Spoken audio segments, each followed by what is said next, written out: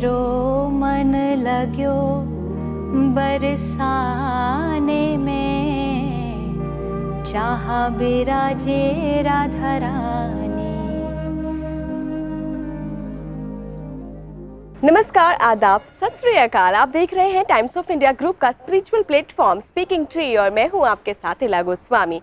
देखिए, आज हम आए हैं दिल्ली से लगभग 90 किलोमीटर दूर पलवल के एक आश्रम में और आज मैं आपको मिलवाऊंगी बहुत खास आध्यात्मिक वक्ता से जो आप सभी की फेवरेट भी होंगी।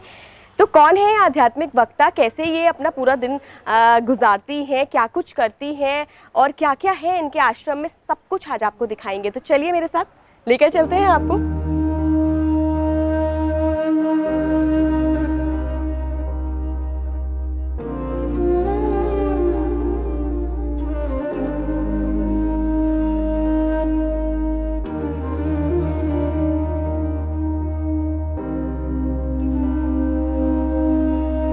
तो देखिए, हमने आपको बताया था ना कि हम पलवल के एक आश्रम में मौजूद हैं। तो इस वक्त मैं आई हूँ मिलने देवी चित्रलेखा से। जी हाँ, वही मशहूर आध्यात्मिक वक्ता जिनकी वीडियोस आप इंस्टाग्राम, यूट्यूब और बाकी अदर सोशल मीडिया प्लेटफॉर्म्स के जरिए अभी तक देखते आए हैं। तो देखिए, लगी हुई हैं पूरी सेवा में देवी चित्रलेखा और बात करते हैं उनसे।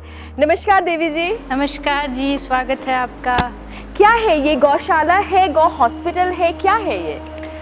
अभी हम खड़े हैं एक हॉस्पिटल में जो विशेषकर गायों का अस्पताल है जी। और यहाँ हर तरह के जो भी प्राणी होते हैं, पशु होते हैं, डॉग्स होते हैं, पेट्स होते हैं, सबका इलाज किया जाता है। तो ये सब छोटे छोटे बछड़े हैं जिनकी किसी की माँ बीमार है, किसी की माँ एक्सपायर हो गई है एक्सीडेंट में, तो यहाँ उन सबका ट्रीटमेंट, इलाज इस अस्पताल में, हॉस्पिटल में किया जाता है। बहुत बढ़िया, बहुत बढ़िया। और मैं देख रही हूँ ये वाला जो बछड़ा है ना, ये बिल्कुल ही नहीं मान रहा है, ये बिल्कुल आपके पास आने की भरपूर कोशिश कर रहा है। इनको चाहिए, सबको खाना चाहिए। तो देवी जी, अगर थोड़ा सा समय आप हमारे लिए भी निकालें। जी बिल्कुल बिल्कुल। तो थोड़ी सी बातचीत करना चाहते हैं, हम अपने दर्शकों को थोड़ा सा दिखाना चाहते हैं। वो पीछे से देखिए, वो उनके पैर में कुछ लगा हुआ है, फिर भी वो आपकी तरफ बड़ी चली आ रही है। जी, इनको फ्रैक्चर है एक पैर में, और जैसे हम ह्यूमंस में जी उनके फ्रैक्चर में हम लगाते हैं, ट्रीटमेंट करते हैं, यहाँ पे ऐसे ही सब गायों का इलाज किया जाता है। मोस्टली जो पैर के जो फ्रैक्चर होते हैं वो एक्सीडेंट के कारण होते हैं। जो रोड्स पे कोई ट्रक आ जाता है, कोई पशु को काट के पैर के ऊपर से चला जाता है। कई सारी गाय हैं जिनको हम प्लास्टिक पैर भी लगाते हैं। जैसे अभी ये गाय है, बैल है, इसका एक पैर आगे वाला इंजर्ड हुआ है। अगर दोनों पैर इंजर्ड हो जाएंगे तो खड़ा नहीं हो पाएगा, तो उसके लिए फिर हम यहाँ पर प्लास्टिक पैर लगाते हैं। अच्छा, एक सवाल मुझे आपको ये सेवा करते हुए मेरे मन में आया कि आप बचपन से आध्यात्मिक वक्ता और कथावाचक रही हैं। ये प्रेरणा आपको कहाँ से मिली और कब शुरू हुआ ये?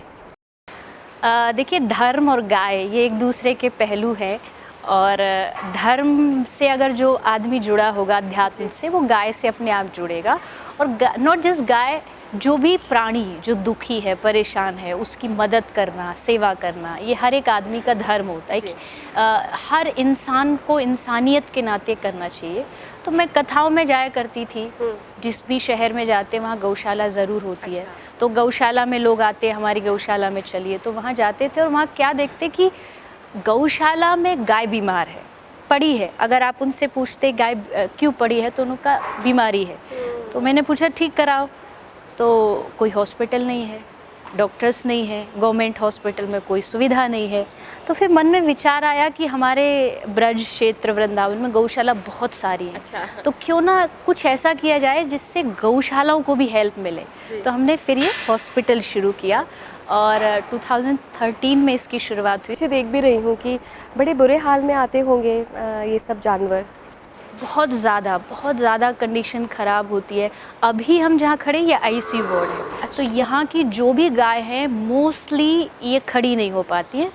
इनको चारा भी लिटा के, पानी भी इनको लिटा के पिलाया जाता है। ये अपने आप से ना पी सकती है ना खा सकती है। और ये थोड़ा इसको, ये जो बेड शोर बोलते हैं हम, ये जब एक जगह पड़ी रहती है तो वहाँ थोड़ा सा घाव हो जाते हैं। तो और कुछ क्या कुछ है आश्रम में, आप अगर एक बार हमें दिखाएं, बताएं कि कहाँ, क्योंकि मुझे लगता है बचपन भी आपका शायद यहीं बीता है। जितना भी समय बीता, आप क्या क्या कुछ करती हैं, कौन कौन से ऐसे पॉइंट्स हैं जहाँ आप अकेले समय बिताना पसंद करती हैं? ये मोस्टली फ़िलहाल ये जो वार्ड है, मैंने अभी हम जहाँ खड़े हैं आईसीयू वार्ड है, इसके आसपास भी कई सारे वार्ड हैं। अच्छा। कैंसर वार्ड है। अच्छा। जो गाय की आँख नहीं है, अंधी है, उन गायों का एक अलग वार्ड है, क्योंकि ये सारी एक जगह एडजस्ट नहीं कर पाती है। एक जनरल वार्ड है, जब यहाँ थोड़ा सा उनका ट्रीटमेंट हो जाता है तो उनको वहाँ शिफ्ट कर दिया जाता है। बाहर थोड़ा खुला एरिया है। ये हमारी ओपीडी है। यहाँ पर जो लोकल जो पब्लिक की गाय है, घर की गाय है, वो ये मॉर्निंग से लेके इवनिंग तक चलती है। हॉस्पिटल तो 24 आवर्स चलता है, लेकिन ओपीडी दिन में रहती है। इसके अलावा उधर ऑपरेशन थिएटर है, वहाँ पर गायों का पूरा जो इलाज है, ट्रीटमेंट है, बड़े बड़े ऑपरेशन है, वो किए जाते हैं। ये इतने शांत से क्यों खड़े हैं एकदम? शांति का कारण यही है, कोई ना कोई रोग, आदमी जब बीमार होता है तो अपने आप एनर्जी लो हो जाती है। तो ज़्यादातर यहाँ जितने भी पशु हैं सब बहुत काम है, और उसका कारण ये है कि इंटरनल कुछ ना कुछ उनको परेशानियाँ रही हैं। तो इधर ऑपरेशन थिएटर, एक हमने लैब भी बनाई है स्पेशली। यहाँ पर बहुत सारे कॉलेज के बच्चे आते हैं, ग्रुप के साथ आते हैं। समर वैकेशन पर यहाँ अपना वॉलेंटियर के रूप में आते हैं, यहाँ रहते हैं, गायों की सेवा करते हैं। तो लैब इसलिए है ताकि उनको थोड़ा सा गाय से जुड़ी बीमारियाँ समझाई जा सके, गाय का कैंसर कैसे निकाला जाता है। हमारे आसपास ऐसी भी गाय आई हैं जिनको लोगों ने वो खेत में ना घुस जाए इसलिए उनको बुलेट गोली मार देते हैं। तो वो सब गाय के पेट से यहाँ पे I think 80 to 90 kg plastic निकाला गया है। तो उस प्लास्टिक में लोहे की चीज़ें, वो सब प्रिजर्व करके रखी गई है ताकि लोग समझें आप जो कचरा डाल रहे हो प्लास्टिक में भर के, वो पशुओं के लिए कितना हानिकारक है। गवर्नमेंट इतना कहती है कि गीला कचरा रख डालिए, सूखा, लेकिन फिर भी हम समझते नहीं हैं।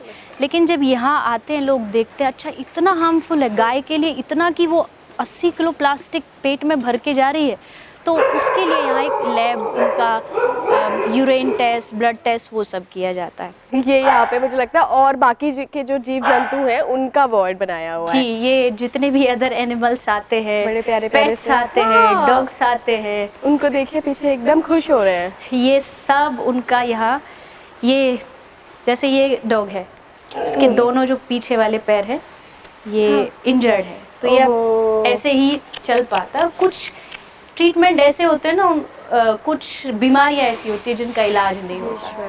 तो ये कोई भी स्वस्थ नहीं है, सबको कोई ना कोई बीमारी है।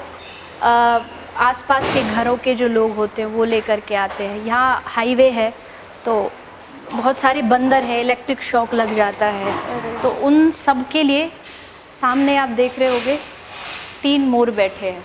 ये भी कहीं ना कहीं इंजर्ड है। हाँ, मोर भी कोई एक्सीडेंट हो गया या इलेक्ट्रिक करंट हो गया। ये लो, अरे एकदम तेजी के साथ खा रहे हैं। भूख लगी है। बिल्कुल। बाहर मैंने एक यज्ञशाला देखी थी, वहाँ पे क्या होता है अगर आप बता सके थोड़ा सा? देखिए, धर्म के हिसाब से बात करें तो गाय को हम माँ मानते हैं, जी, जी। भगवान का दर्जा देते हैं जी। तो यहाँ केवल सेवा नहीं बल्कि गाय की हम चाहते पूजा भी हो, आराधना हो। तो यज्ञशाला में सुबह शाम यहाँ पे यज्ञ होता है। जितने भी यहाँ गौ सेवक हैं वो मिलके यज्ञ करते हैं, और यहाँ गौ माता की आरती होती है। सुबह शाम गाय की आरती सब लोग मिलके करते ताकि गौ माता हमें इतनी शक्ति दे कि हम इस सेवा को कर सके आगे, क्योंकि सेवा का काम आसान नहीं होता। बिल्कुल नहीं होता। आपको यहाँ बहुत कुछ चैलेंजेस आते हैं। तो देखिए, बहुत लोगों को ये बात पता ही नहीं है कि देवी चित्रलेखा जी जो हैं वो शादीशुदा हैं या नहीं। तो आप सभी को बताना चाहूँगी, अगर आपको नहीं पता है कि देवी जी की शादी हो गई, और इस वक्त हमारे साथ उनके हस्बैंड भी मौजूद है। नमस्कार, कैसे हैं आप? मैं एकदम ठीक, आप कैसे हैं? बढ़िया बढ़िया। आई थिंक आप पहली बार शायद आ रहे हैं। हाँ, इससे पहले तो कभी बैक सपोर्ट के ही रूप में ज़्यादातर बिल्कुल रहता है, बिल्कुल। क्योंकि ये ऐसे कार्य क्षेत्र में है कि उनको पीछे से एक सपोर्ट जी जी बिल्कुल, और बहुत ज़रूरत लगती होगी। जी बिल्कुल बिल्कुल। महिला को कहते हैं ना कि हर एक महिला के पुरुष के पीछे एक महिला का हाथ होता है, लेकिन उसका ऑपोजिट भी एकदम यही है। जब आपको एक जीवन साथी ऐसा मिल जाता है जो आपके काम को समझता है, न केवल समझता है बल्कि उसको आगे बढ़ाने की कोशिश करता है, तो भगवान की कृपा से बहुत लकी हूँ, भाग्यशाली हूँ कि भगवान ने एक ऐसा जीवन साथी दिया जो दिन रात यही कोशिश करता है कैसे आगे बढ़ाने की बिल्कुल। कोशिश। अभी मैं देख भी रही थी आप लोग छोटी सी चिट चैट कर रहे थे, आप बड़ा हंस के कुछ कह रही थी और बड़ा हंस के वो जा रहे थे, वो कोई चीज़ शायद आपने जी। मंगाई थी या कुछ आप बता रही थी। तो मुझे लगता है देवी जी बहुत देर से हम आश्रम में टहल रहे हैं और इतनी भरी गर्मी है, हम बहुत। स्टूडियो में चल के कुछ बातचीत हाँ, कर लेते हैं और बिल्कुल। वहाँ पे जानेंगे सर से कि कैसा कुछ आपका पारिवारिक जीवन है, कैसे जी, अंडरस्टैंडिंग मैच होती है, ये बिल्कुल, सारी चीज़ें चलिए। कंटिन्यू करते हैं। देखिए इस वक्त हम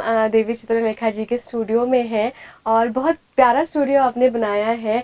जी। यूथ तक पहुंचना है तो मुझे लगता है उनके पैतरे तो अपनाने होंगे। यहाँ हाँ, क्या कुछ मुझे होता है? गाने का बहुत शौक है, अच्छा। संगीत से बहुत प्यार है, तो मेरा मोस्टली बाहर जाना पॉसिबल हो नहीं पाता है, ऑडियो बनानी है तो दिल्ली जाओ। वृंदावन में हमारा स्टूडियो था, लेकिन अब सोचा कि जहाँ हम रहते हैं वहीं बन जाए तो मेरे लिए आसान होगा, जी। कुछ भी जब दिमाग में जो आया तुरंत मैं उसको रिकॉर्ड कर सकती, टाइम तो को उसके लिए यूटिलाइज ये। करने के हाँ लिए जी। बिल्कुल। आप क्या करते हैं माधुर जी खाली वक्त में, अगर जब भी आपको समय लगता है तो कैसे क्या कुछ बातचीत होती है आप दोनों के बीच, थोड़ा सा? देखिए पहले तो मैं दूसरी लाइन से था, मैं बिजनेस लाइन से था। अच्छा। और जब से इनसे जुड़ा तो फिर मेरी पूरी लाइन चेंज हो गई, एक भक्ति वाली लाइन हो गई। और पहले मेरा पूरा एक जो रहने का तरीका था जी। एक मॉडर्न था। और अच्छा। अब तुरंत एक क्लिक करके जब इनसे मेरे मैरिज हुई उसके बाद एक जस्ट एक आप ऐसे क्लिक बोल सकते हैं कि एक क्लिक अच्छा। में पूरी लाइफ चेंज हो गई। मेरे पहनने से लेकर ऊपर से लेकर नीचे तक में सब चेंज हो गया। तो खाली समय में ज्यादातर ये रहता है कि मैं ज्यादातर कथा में रहता हूँ, अच्छा। क्योंकि वहां पर भी 20-25 लोगों की टीम रहती है जी और जी इनका भी व्यासपीठ से पूरा मैनेज नहीं हो सकता ये जी चीज, जी इनके जी। लिए भी नीचे एक टीम रहती है। तो उनको मैनेज करना, कहाँ क्या होना है, कौन सी टीम कहाँ जानी है, कहाँ अगली नेक्स्ट कथा होनी है, क्या प्रोग्राम हम स्केड्यूल रख सकते हैं, तो ये सब मेरी लाइफ रहती है। वहाँ नहीं रहता तो फिर यहाँ पर जो हॉस्पिटल है तो हॉस्पिटल उनकी में देखभाल मैं। करते हैं। एक छोटी सी एडवाइस मैं आप लोगों के रिलेशनशिप से चाहती हूँ कि आप हमारे दर्शकों को दें कि जनरली ऐसा देखा जाता है कि लोग कहते हैं कि सेम फील्ड में शादी करो तो जो अंडरस्टैंडिंग है वो बनी रहेगी। बहुत जी। बहुत अलग इंसान से अगर आपने शादी कर ली तो अंडरस्टैंडिंग नहीं बन पाएगी, लड़ाइयाँ होंगी, झगड़े होंगे, वो इनको नहीं समझेंगे, ये उनको नहीं समझेंगे, या जो भी XYZ है वो जो कहते हैं। जी। तो आप लोग बिल्कुल अलग बैकग्राउंड से, आपने खुद अभी बताया कि आप बिल्कुल एक डिफरेंट बैकग्राउंड से और आप 7 साल की उम्र से कथा कर रही हैं, तो कैसे आप लोगों ने मैनेज किया और क्या आप हमारे दर्शकों को एडवाइस देंगे रिलेशनशिप? देखिए, पहली बात तो मैं कोई बहुत इस मामले में एडवाइस देने वाली कोई होती नहीं, सबका एक अपना-अपना लाइफ जीने का तरीका होता है। जैसा उन्होंने बताया कि लाइफ पूरी चेंज थी, लेकिन एक व्यक्ति को थोड़ा-सा दूसरे के लिए कुछ चेंज करना पड़ता है, उसकी लाइफ में इन्वॉल्व होना पड़ता है। तो शायद मैं उस स्टेज पे थी कि मैं नहीं इन्वॉल्व हो पाती चाह कर के भी, अगर मैं चाहूँ भी तो। लेकिन वो इस लाइन में इन्वॉल्व हो सकते थे और उन्होंने वही किया और इसलिए सब चीज़ें एकदम स्मूथ चलने लगी। कोई भी कहीं भी कोई परेशानी नहीं आई, आप भले किसी फील्ड से हो, कोई फ़र्क नहीं पड़ता। पहली चीज़ तो अगर आप एक दूसरे से प्रेम करते हैं, आप एक दूसरे की रिस्पेक्ट करते हैं, तो आप उसके लिए कुछ भी करने के लिए कोशिश करते हैं, क्योंकि आपको पता है आपके लिए रिश्ता ज़रूरी है, आपके लिए वो संबंध ज़रूरी है। तो कुछ चीज़ें मैंने अपनी उनके लिए चेंज करने की कोशिश की। चेंज इन द सेंस बुरे उसमें नहीं, क्योंकि कई बार लोग कहते हैं हम क्यों चेंज हो किसी के लिए, लेकिन ऐसा नहीं होता। फ्लेक्सिबल होना बहुत ज़रूरी है और जब आप किसी के रिश्ते को टिकाना चाहते तो ये एडजस्टमेंट होना बहुत ज़रूरी है। तो हम दोनों के बीच में वही हुआ और शायद उसी से गाड़ी अच्छी चल रही है। बिल्कुल बिल्कुल। अब 5 साल हो गए हैं, हाँ हाँ, जी। तो 5 साल 5 साल से तो बहुत बेहतरीन चल रही है गाड़ी, जैसा आपने बताया। आपको क्या लगता है देवी जी से जब आप मिले, जब पहली बार आपको लगा कि इनसे विवाह होने वाला है, शादी पूरी जिंदगी अब कोई और आएगा और बिल्कुल अपना बन जाएगा, विवाह के बाद तो धर्म पत्नी और पति ही होते हैं जो बिल्कुल अपने होते हैं, तो आपने क्या क्या सोचा उस वक्त और अब आपको क्या लगता है कि क्या चेंजेस आए हैं और कैसे रिलेशनशिप ये आप देखते हैं? देखिए, जब मैंने इनको पहली बार देखा, जब परिवार वालों की दोनों की बात हुई, तो हमारा एक दूसरे को अंडरस्टैंडिंग बहुत ज़्यादा मैटर करता था कि हम एक दूसरे को समझें। मेरा पूरा बैकग्राउंड अलग था, इनका अलग था। मैं ऐसा भी कर सकता था, मान लो कि मैं अपना बिजनेस कंटिन्यू रखता तो हो सकता है कि ये परेशान होती? परेशान होती और बहुत ज़्यादा दिक्कतें आती लाइफ को लेकर कि ये एक अपनी अलग लाइन में चल रही है और मेरा एक पूरा टोटली बिजनेस लाइन है। तो हर हर जगह देखा जाता है कि पुरुष आगे रहता है और स्त्री पीछे ही रहती है। तो मैं वो वाला व्यक्ति नहीं हूँ कि नहीं, इनकी एक नाम है तो मैं पीछे हूँ तो मेरे को कोई प्रॉब्लम होगी। घर में परिवार में कोई भी एक इंसान जो आगे बढ़ रहा है उसको बस सपोर्ट सिस्टम मिलता रहे। बिल्कुल बिल्कुल। और मेरा चीज वही मेरे अंदर में कि इनको कितने ज्यादा मैं सपोर्ट दे सकूं और कि इनको आगे कथाओं को लेकर दिक्कतें ना हो, कि इनको कोई भी चीज कहीं जाना हो तो साथ में कोई दिक्कत ना हो, क्योंकि आप जानते हैं कि आज की दुनिया हर प्रकार के यहाँ पर लोग रहते हैं। बिल्कुल बिल्कुल। तो उसको साथ में लेकर मैनेज करके चलना वो मेरे लिए पहले तो, क्योंकि वहां से मैं बिलासपुर छत्तीसगढ़ से हूँ। अच्छा अच्छा। तो वहां से करीब 1500 किलोमीटर दूर अपनी पूरी लाइफ को छोड़ के और यहाँ पर रहना, फिर धीरे धीरे करके सब चीज आदतें हो जाती हैं और आज हम आपके सामने हैं। 5 साल हो चुका है और भगवान के उससे ऐसी कंटिन्यू रहेगा। बिल्कुल बिल्कुल। कोई भी चीज़ उसमें मुझे जो लगता है ना, ईगो हटानी पड़ती है। अक्सर हम बात करते हैं मेल ईगो की। बात यहाँ पुरुष या नारी की नहीं है कि कौन आगे कौन पीछे, दोनों बराबर है। आज का टाइम ऐसा है कि सब लोग कदम से कदम मिला के चल रहे हैं। कोई भी हो, उसमें ईगो को साइड रखना पड़ता है। अगर आप उसको बीच में लाते हैं कि मैं ही क्यों, जैसे एग्जाम्पल के लिए आज के टाइम में लोग आएंगे मेरे साथ फ़ोटो खिंचाएंगे, उसमें पुरुष भी होंगे, लड़के भी होंगे, लड़कियां भी होंगी, तो उसमें कई बार आ जाता है कि मैं क्यों नहीं। तो वो अगर आपने थोड़ा सा एडजस्ट कर लिया आपस में तो सब चीज़ स्मूथ चल सकती बिल्कुल। है। एक आखिरी सवाल, मुझे लगता है कि नहीं करना चाहिए आप लोगों से, लेकिन फिर भी एक एक चीज़ होती है कि हर इंसान ह्यूमन बीइंग है सबसे पहले, और इमोशन सबके अंदर होते हैं। तो क्या वो झगड़े वाला इमोशन कभी आया रिलेशनशिप में? नहीं, मतभेद ज़रूर होते हैं। ऐसा कोई दुनिया में ऐसा नहीं है कि जिसके विचारों में डिफरेंसेस ना हो, लेकिन उस डिफरेंस को हम समझते हैं। जहाँ मुझे लगता है कि ये करने से उनकी मन की इच्छा जो है वो पूरी हो जाएगी, उनको जहाँ लगता है मेरे साथ तो बहुत होता है, मैं शायद उतना उनका मन का ना कर पाऊँ, लेकिन वो हमेशा ध्यान रखते हैं कि जो चीज़ शायद नहीं भी पसंद हो, लेकिन कहीं झगड़ा ना हो या चीज़ें बिगड़े ना, उस चीज़ के लिए वो हमेशा, मैंने देखा है अनुभव करके कि वो हमेशा तैयार रहते हैं उस चीज़ को एडजस्ट करने के लिए। मैं देख रही हूँ दोनों एक दूसरे को प्रेज कर रहे हैं, बिल्कुल उधर से इधर की तारीफ, इधर से उधर की तारीफ। नहीं, काफ़ी अच्छा है रिलेशनशिप। आई थिंक ऐसा ही होना चाहिए हर किसी का। जी। तो और क्या कुछ है, क्या कुछ दिनचर्या आपकी रहती है? मेडिटेट करती हैं आप? मेरा और हमारी जो दीक्षा हुई है वो गौड़िया संप्रदाय से हुई है, तो हमारी चैतन्य महाप्रभु की परंपरा है। तो उसमें ज़्यादा जो फोकस मेडिटेशन पे नहीं, नाम जाप पे होता है और संकीर्तन पे होता है। तो हम नाम जाप करते हैं, ज़्यादा से ज़्यादा चैंटिंग करते हैं, संकीर्तन करते हैं जब घर पे होते हैं। और हमारे जीवन में हमारे ठाकुर जी भी हैं, बहुत सुंदर राधे गोविंद है, तो उनकी सेवा में बहुत समय निकल जाता है। उनका श्रृंगार, उनकी आरती, उनका भोग, तो मोस्टली जो समय होता है वो उनकी सेवा में ही जाता है। अच्छा, आपको श्री कृष्ण ज़्यादा प्यारे हैं या राधा रानी?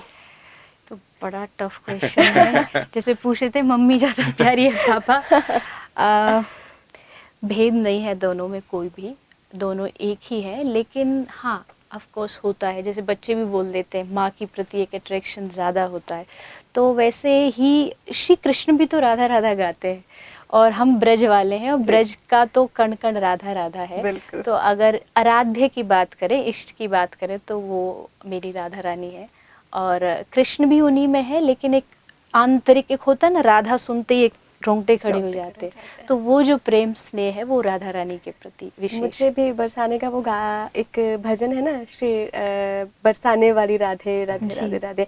तो 4 लाइन अगर आपको जो राधा रानी का भजन पसंद हो, अगर हमारे दर्शकों को 4 लाइन बस आप गा के सुना दें। राधा रानी का गांव है बरसाना जी, तो उसके प्रति एक 2 लाइन है बहुत प्यारी। मेरो मन लग्यो बरसाने में, जहाँ बिराजे राधा रानी। मेरो मन लग्यो बरसाने में, जहाँ बिराजे राधा रानी। जय राधे जय राधे, जय राधे, जय राधे, जय राधे, जय राधे, जय राधे, जय राधे। बिल्कुल, बहुत शानदार, बहुत शानदार। आपकी ना वो आवाज़ में जो एक क्या बोलते हैं गहराई है, उससे आपके दिल का हाल पता चल रहा है कि राधा रानी के ऊपर ही है पूरा आपका कंसंट्रेशन। जी, जी। तो बहुत बहुत धन्यवाद आप दोनों का कि आपने समय निकाला। देखिए बड़ी मुश्किल होती है, आपने बताया 4-5 दिन के लिए आप सिर्फ यहाँ आती हैं और आगे भी आपका एक फ़ॉरेन टूर है, लेकिन आपने फिर भी समय निकाला स्पीकिंग ट्री के दर्शकों के लिए। तो मैं फिर से आप दोनों का धन्यवाद करना चाहती हूँ। बहुत बहुत आभार, आप भी हमारे यहाँ आए और आपने भी अपना समय दिया। बहुत अच्छा लगा आपसे बात करके। आशा है जो लोग देखेंगे केवल पर्सनल लाइफ नहीं, उससे कुछ सीखने को भी मिलेगा, यही आशा। तो देखिए आज के एपिसोड में हमारे साथ ही देवी चित्रलेखा जी और माधव जी, और बहुत प्यारा सा ये एपिसोड रहा है। हमने आज आश्रम में कई सारी चीज़ें देखी हैं जिससे आपको अपने पर्सनल लेवल में एक लेवल अप होने में बहुत मदद मिलेगी अगर आप उसको पर्सनली अपनी ज़िंदगी में उतारेंगे। और देवी चित्रलेखा जी ने और माधव जी ने जो रिलेशनशिप पे एडवाइस दी है, देखिए कोई भी चीज़ किसी एक पर्टिकुलर चीज़ पे फिट नहीं बैठती, लेकिन छोटे छोटे अंश हम हर किसी की ज़िंदगी से ले सकते हैं। तो आप मुझे ज़रूर कमेंट बॉक्स में बताइएगा कि कैसा लगा आपको ये एपिसोड, कैसा लगा आपको हमारा ये आश्रम विजिट, और अगली बार आप किस आध्यात्मिक गुरु या वक्ता से मिलना चाहते हैं इस आश्रम विजिट में, वो भी मुझे कमेंट बॉक्स में बताइएगा। जुड़े रहिए स्पीकिंग ट्री के साथ। नमस्कार। मेरो मन लाग्यो बरसाने में, जहाँ बिराजे राधा रानी।